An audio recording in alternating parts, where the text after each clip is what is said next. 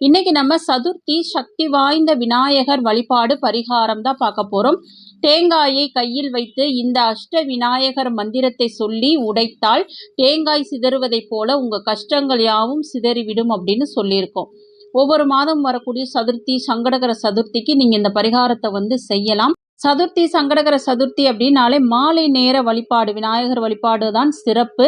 இப்போ நம்ம ஒரு முக்கியமான மந்திரத்தை பார்க்க போறோம். அது என்ன மந்திரம் அப்படின்னு பார்த்தீங்கன்னா, அகத்திய பெருமான் நமக்கு அருளிய விநாயகரின் மூல மந்திரம். இது விநாயகர் மூல மந்திரம் அப்படின்னா அஷ்ட விநாயகர், அந்த 8 விநாயகருக்கும் உரிய ஒரே ஒரு மூல மந்திரம் அகத்திய பெருமான் வழங்கியது.